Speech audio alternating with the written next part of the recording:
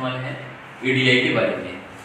ADI के बारे में बात करने से पहले मैं आपको बता दूं, जैसे हम कोई भी चीज़ डेटा को एक्सचेंज करते हैं, मतलब नॉर्मली हम आमतौर पे व्हाट्सएप चलाते हैं, व्हाट्सएप चलाते हैं उसमें हम लोग मैसेज को एक्सचेंज करते हैं। जैसे मान लो मैंने हेलो लिखा, फिर उधर से भी आपने हेलो लिखते हैं, ठीक है। अगर आपको कुछ ज़रूरत रहता है तो उसके बारे में लिखते हैं। मान लो कुछ चाहिए, बुक मंगाना है आपके फ्रेंड्स को, तो बुक लाना ऐसे करके मैसेज कर देते हैं, फिर वो सामने वाला समझ जाता है कि हाँ मेरे को बुक लाना है। सेम इसी तरह से है, कंपनी के बीच में सॉफ्टवेयर से काम करते हैं जिसमें जो भी पर्सन की अवेलेबिलिटी को हटा दिया जाता है, ठीक है। तो आज बात करते हैं हम लोग एडीआई के बारे में। एडीआई में क्या होता है, इसमें मैंने आपको बताया था कि बड़े कंपनी के बीच में हम लोग एडीआई का यूज़ करते हैं। मतलब एडीआई एक सॉफ्टवेयर होता है जिसके माध्यम से कोई भी बिजनेस जो है एक परचेज करता है, सेल करता है, ये सभी जो है ऑटोमेटिक जो है कंप्यूटर के माध्यम से हो जाता है। एडीआई का फुल फॉर्म होता है इलेक्ट्रॉनिक डेटा इंटरचेंज। मतलब इलेक्ट्रॉनिक मतलब आपको पता है कि इलेक्ट्रॉनिक मतलब हम कंप्यूटर में कुछ काम कर रहे हैं, ठीक है। डेटा मतलब डेटा नॉर्मल जो भी डेटा है उसको हम कंप्यूटर के थ्रू एक ही स्थान से दूसरे स्थान तक भेज जाए। और उसके बाद होता है इंटरचेंज। इंटरचेंज मतलब होता है एक्सचेंज, मतलब यहाँ अगर एक कंप्यूटर से हम दूसरे में भेज रहे हैं तो दूसरा कंप्यूटर से भी कुछ मैसेज आएगा हमारे पास, तो उसको बोलते हैं इंटरचेंज। मतलब एक कंप्यूटर से दूसरे कंप्यूटर में आपस में कम्युनिकेट हो रहा है, उसको हम बोल सकते हैं इंटरचेंज। तो देखिए FDA electronic data interchange first point है इसमें। जैसे electronic data interchange is the computer to computer exchange of business documents in a standard electronic format between business partners। मैंने आपको बताया कि हमारा जो एडीआई है वो बड़े कंपनी के बीच में होती है डील। जो जैसे मान लो अपने टाटा मोटर्स का नाम सुना हो, टाटा मोटर्स अब सब चीज तो वो खुद मैन्युफैक्चरिंग नहीं करेगा, ठीक है। हो सकता है कि वो जो है अपना जो व्हील है मतलब चक्का है वो जो है दूसरी कंपनी से लाता हो। जैसे बहुत सारे टायर्स की कंपनी है, उसके बदले में टाटा मोटर्स भी कुछ उसको प्रोडक्ट जो है प्रोवाइड करता हो, तो दोनों के बीच में आपस में एक्सचेंज हो रहा है ना, तो उसी को बोला जा रहा है दोनों का कंप्यूटर टू कंप्यूटर में। मतलब यहाँ पे ह्यूमन आ रहा है क्या, या व्यक्ति विशेष कोई पर्सन आ रहा है, नहीं आ रहा है। इसमें एक कंप्यूटर रहेगा, दूसरा कंप्यूटर इधर रहेगा। आप जो भी है एक सॉफ्टवेयर के माध्यम से उसमें डेटा सेव करेंगे, वो जो है ऑटोमेटिक उधर जनरेट हो जाएगा इनवॉइस कि इसमें किसी ने परचेस ऑर्डर किया हुआ है, उसके बाद उसमें इंफॉर्मेशन शेयर करेंगे, ठीक है। अब देखिए यहाँ पे बिजनेस डॉक्यूमेंट मतलब बिजनेस से रिलेटेड जितने भी डॉक्यूमेंट है सभी जो है आपस में एक्सचेंज होते हैं, ठीक है। किसके माध्यम से, computer to computer. Then second point लिखा है companies use EDI system to exchange business information automatically by computer as a paperless transaction. अब देखिए इसमें पेपरलेस ट्रांजैक्शन मतलब मैंने आपको बताया कि इसमें कंप्यूटर और कंप्यूटर दोनों साइड कंप्यूटर काम कर रहा है, तो उसमें हमको कागज वगैरह की जरूरत पड़ेगा क्या, नहीं पड़ेगा। क्यों नहीं पड़ेगा, क्योंकि हम जो भी काम कर रहे हैं वो सॉफ्टवेयर के माध्यम से कर रहे हैं। मतलब जैसे आपने सी पहले से पढ़ा हुआ है, अब सी में हम कुछ पेपर डालते हैं क्या, कुछ उसका प्रोग्राम बनाने के लिए नहीं डालते, उसमें हम सीधा प्रोग्राम करते हैं, प्रोग्राम के साथ साथ वो जो ऑटोमेटिक रन होता है या एरर होता है। सेम इसी तरह से हम इसमें किसी भी प्रकार का पेपर का यूज नहीं करते, ठीक है।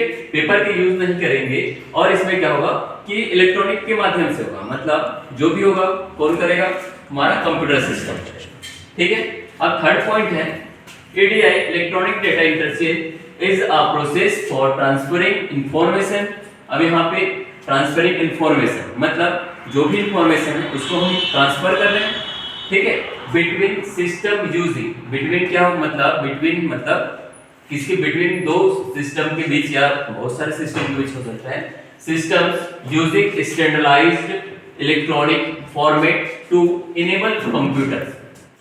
मतलब जैसे मैंने आपको व्हाट्सएप का एग्जांपल दिया था अभी जस्ट कुछ देर पहले।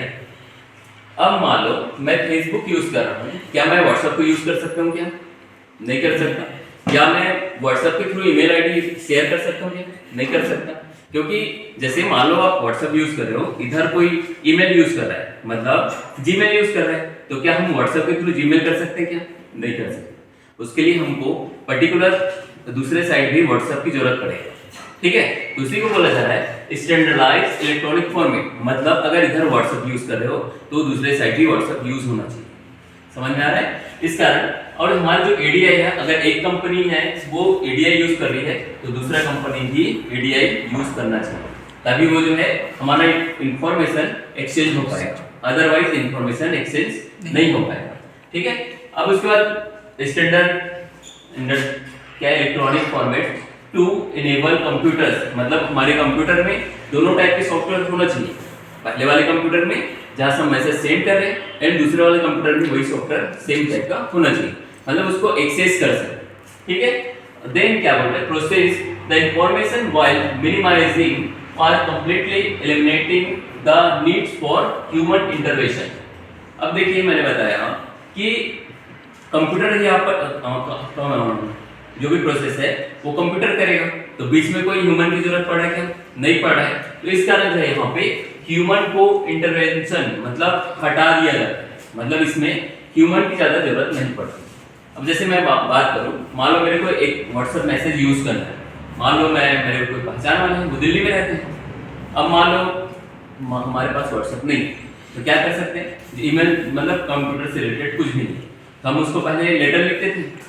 अब लेटर जाता था पोस्टमैन जो है पोस्ट के द्वारा वो दिल्ली पहुंचता था, लगभग हमको 6 से 7 दिन या 5 से 6 दिन लग जाता था। अब उसी चीज को हम व्हाट्सएप के थ्रू करते हैं, एक व्हाट्सएप बटन दबाया, फट से वहां चले जाता है, दोनों के पास सेम व्हाट्सएप है। ठीक है, तो हमारे पास ह्यूमन मतलब पोस्टमैन की जरूरत पड़ रही है? नहीं पड़ रहा है। तो वही है कि ह्यूमन इंटरवेंशन की हमको जरूरत नहीं पड़ती हमारे एडीआई में। ठीक है, many business documents can be exchange. Many मतलब बहुत सारे डॉक्यूमेंट्स एक्सचेंज हो सकता है या होगा using ADI, like purchase order. मान लो एक कंपनी है वहां पे परचेस ऑर्डर लगा है, दूसरी कंपनी है ऑटोमेटिक इनवॉइस जनरेट हो जाएगा, यहाँ से आप परचेस कीजिए, ऑटोमेटिक उनके कंप्यूटर में जाके छप जाएगा, इतना क्वांटिटी हमको चाहिए। ठीक है, अब उसके बाद है purchase order, invoice, advancing ship notice, customer document, customer से रिलेटेड जो भी डॉक्यूमेंट है, इन्वेंट्री डॉक्यूमेंट, पेमेंट डॉक्यूमेंट। जितने भी एक कंपनी से दूसरी कंपनी है या एक इंडस्ट्री से दूसरी इंडस्ट्रीज में जितना भी रिक्वायरमेंट है हम ऑटोमेटिक एडीआई सिस्टम के माध्यम से जनरेट कर सकते हैं। देन है आपका ADI is used for B2B, मतलब बिजनेस टू बिजनेस। मैंने अभी बताया एक कंपनी से दूसरी कंपनी के लिए यूज करते हैं। ठीक है, business to business transaction that occurs on a regular basis to predetermined format, मतलब हम एक कंपनी से दूसरे कंपनी में ही यूज करते हैं। इस कारण यूज करते हैं क्योंकि हमारा कंपनी का लेवल थोड़ा बड़ा होता है ना। अगर मान लो वहाँ 1000-2000 वर्कर्स काम कर रहे हैं या 100-200 वर्कर काम कर रहे हैं, मतलब उस कंपनी का जो अमाउंट है वो बड़ा होगा, उनकी कंपनी में जो सैलरी है उनको फायदा होता होगा, तभी तो इतने सारे वर्कर्स काम करते हैं। अदरवाइज मान लो आपका चाय का दुकान है, आप सॉफ्टवेयर वाला कुछ काम करोगे क्या?